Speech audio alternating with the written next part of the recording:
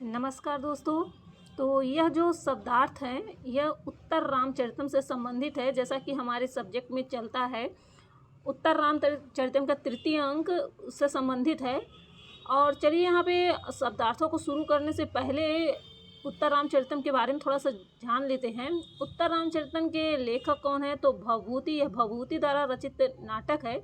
यह क्या है, इसकी विधा क्या है? तो यह एक नाटक है और इसमें 7 अंक हैं और इसका प्रधान रस करुण रस है और इसका उपजीव वाल्मीकि रामायण से उत्तरकांड है और पद्म पुराण से पाताल खंड है।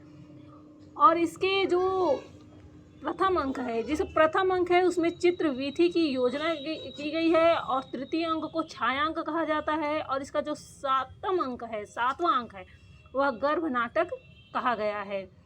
और इसकी एक खास और बात है कि इसमें विदूषक रहित यह नाटक है, क्योंकि कई बार क्वेश्चन पूछा गया है कि वह कौन सा नाटक है जिसमें कोई एक भी विदूषक की चर्चा नहीं की गई है। तो यह उत्तर रामचरितम है और इसमें उत्तर रामचरितम में 7 अंकों में रामायण के उत्तरकांड की कथा वर्णित है। और इसके अतिरिक्त यहाँ पे इसके जो पात्र हैं, इसमें जो पात्र हैं उन कुल पात्रों की संख्या 30 है। तो चलिए पढ़ते हैं, शब्दार्थ को देख लेते हैं एक बार। संभ्रांत अर्थात घबराना। संभ्रांत का जो तात्पर्य है यहाँ पे वो घबराना है। पुटपाक प्रतीकासः, पुटपाक के समान। पुटपाक प्रतीकासः अर्थात पुटपाक के समान। अनिर्भिन्न अर्थात अव्यक्त। नेक्स्ट है प्रतिनिवर्तमानम। प्रतिनिवर्तमानम का अर्थ यहाँ पे हुआ लौटे हुए। सीकर छोद यानी जल कण। पद्म, पद्म का अर्थ कमल है, कमल का पर्याय है पद्म। किंजलक अर्थात पराग, केसर। वीची, वीची का अर्थ यहाँ तरंग से है और मोह का मूर्छा से है। अगला है आपका स्वरम स्वैरम अर्थात धीरे धीरे। दक्षिण्यम, दक्षिण्यम अर्थात उदारता। दारकद्वयम अर्थात 2 पुत्र। दारकद्वयम 2 पुत्र। संवेग, इसका अर्थ हुआ वेग। प्राचेत, प्राचेत अर्थात वाल्मीकि। यहाँ पे वाल्मीकि को प्राचेत बताया गया है। विपाक, विपाक का अर्थ हुआ परिणाम। उपकरणी भावम अर्थात सहायता को। उपकरणी भावम अर्थात सहायता को। सुष्ठु अर्थात ठीक। व्यापृतः अर्थात व्यग्र या व्यस्त। अभ्युदय, अभ्युदय अर्थात कल्याणकारी। अभ्युदय अर्थात कल्याणकारी। अव्यग्रह अर्थात व्यस्त न होना। प्रसिवितारम अर्थात प्रवर्तक। सविता अर्थात सूर्य, यहाँ सविता सूर्य से किया गया है। अवनी अर्थात पृथ्वी, यह पृथ्वी की पर्याय है। वर्तनी, वर्तनी यहाँ पे विद्यमान से लिया गया है। हृदय सरोवर या जलाशय। हृदय को सरोवर अर्थात जलाशय। और पांडु अर्थात पीला। कपोलम अर्थात गाल। विलोलम अर्थात चंचल। नेक्स्ट है कबरीकम। कबरीकम अर्थात केश समूह। ये एक बार प्रश्न पूछा गया है कि कबरीकम से क्या तात्पर्य है। तो कबरीकम का अर्थ यहाँ पे केश समूह से तात्पर्य है उत्तर रामचरितम के अनुसार। विप्रलूनम टूटे हुए। सरदिजह शरद ऋतु से उत्पन्न। धर्म धाम या धूप, घाम या धूप। नेक्स्ट आते हैं क्षामम। क्षामम अर्थात दुर्बल। केतकी, केतकी अर्थात केतकी का फूल। दारुणः, दारुणः अर्थात कठोर। लोलह अर्थात चंचल। और सल्लकी, सल्लकी लता, यह एक प्रकार की लता है सल्लकी। करिकलभ अर्थात हाथी का बच्चा। द्विरदपति अर्थात बड़ा हाथी। द्विरदपति अर्थात बड़ा हाथी। उद्दामः घमंड या मतवाला। पय अर्थात जल। ससाध्वसम भय के साथ, यहाँ पे ससाध्वसम, ससाध्वसम अर्थात भय के साथ। उल्लासम हर्ष के साथ। भरति परिपूर्ण। मंथर मंद। स्तनति अर्थात गर्जन। मांसल अर्थात जोरदार।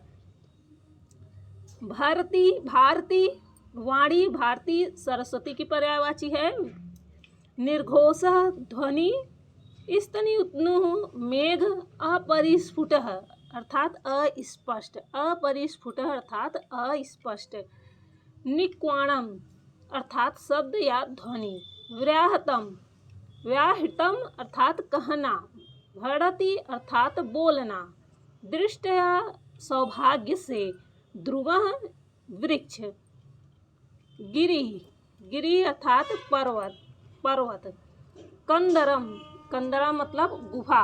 निर्झरम निर्झरम झरना को कहा गया है। अंतर्लीन अंतःकरण में छिपी। अंतर्लीन अर्थात अंतःकरण में छिपी। उद्दामम उद्दामम अर्थात अधिक। धरणी पृष्ठ अर्थात भूमि। धरणी पृष्ठ अर्थात भूमि। विपर्यस्त अर्थात गिरना। विपर्यस्त अर्थात गिरना। नेक्स्ट है आपका पाणी हाथ। निरत अनुरक्त। हृदय हृदय में। सेक सिंचना। नेक्स्ट है निष्पीड़िति निष्पीड़ित अर्थात निचोड़ना। इंदुकर इंदुकर अर्थात चंद्र की किरण। कंद जल नवांकुर। कंद जल का यहाँ पे नवांकुर से तात्पर्य लिया गया है। अतप्त अर्थात संताप युक्त। आतप्त अर्थात संताप युक्त। तर्पण अर्थात तृप्त करना। प्रसक्त अर्थात सींचना। सपदी अर्थात शीघ्र। प्रेक्ष्य प्रेक्ष्य अर्थात देख कर। सनिर्वेदम सनिर्वेदम अर्थात दुख के साथ। तटस्थतम अर्थात उदासीन। घटनात् अर्थात मिलन मिलन से। नेक्स्ट है आपका विप्रियवसाद अर्थात अप्रिय कार्य से। विप्रियवसाद अर्थात अप्रिय कार्य से। स्तंभितम निश्चेष्ट निश्चेष्ट स्तंभितम का अर्थ हो जाएगा यहाँ पे दैत्य अर्थात प्रिय। सौजन्यात सौजन्यात अर्थात सुजनता। उल्लापः उल्लापः अर्थात विलास विलाप। प्रत्येन प्रत्येन अर्थात विश्वास से। शल्य शल्य अर्थात कांटा या कील। मंदाकिन्या मंदाकिन्या अर्थात गंगा या भागीरथी। मंदाकिनी गंगा या भागीरथी को कहा गया। अनुक्रोश अर्थात दयालु। अनुक्रोश अर्थात दयालु। निरनुक्रोश अर्थात निर्दयी। प्रसाद अर्थात अनुग्रह। उद्गच्छत अर्थात निकले हुए। 20 का अर्थ हो जाएगा मृणाल। किसलय का हो जाएगा पल्लव। स्निग्ध का हो जाएगा कोमल। और लवली का हो जाएगा लवली लता। लवली लता। वारणा नाम का हो जाएगा हाथियों को। वारणा नाम का हो जाएगा हाथियों को। भाजनम का हो जाएगा पात्र। वयसी वयसी का हो जाएगा युवावस्था में। लीला लीला अर्थात अनायास। उत्खात उत्खात का हो जाएगा उखाड़ना। मृणाल कांड अर्थात मृणाल दंड। कवल का हो जाएगा ग्रास या कौर। और पुष्यत का हो जाएगा खिले हुए। तो दोस्तों ये तो था शब्दार्थ उत्तर रामचरितम से। और इसके आगे का भी एक वीडियो है जो हम नेक्स्ट में इसके बाद देने वाले हैं, तो उसे भी ज़रूर देख लीजिएगा। और इसमें से आपका 1 नंबर तो पक्का आना ही आना है, क्योंकि 1 नंबर का क्वेश्चन शब्दार्थ से दो नंबर के क्वेश्चन पूछे जाते हैं, लेकिन ये अलग अलग खंडों से पूछे जाते हैं। तो एक बार इसे एक नज़र बस डालना है आपको। एक बार एक नज़र डालिए, इसे देखिए, पूरा पढ़ लीजिए, ये अपने आप ऐसे ही याद हो जाता है। तो चलिए मिलते हैं नेक्स्ट वीडियो में। और चैनल पर नए आए हैं जो भी मेरे भाई बहन, तो वो लाइक और सब्सक्राइब करना बिल्कुल ना भूलिएगा। अपने दोस्तों को शेयर भी करिएगा।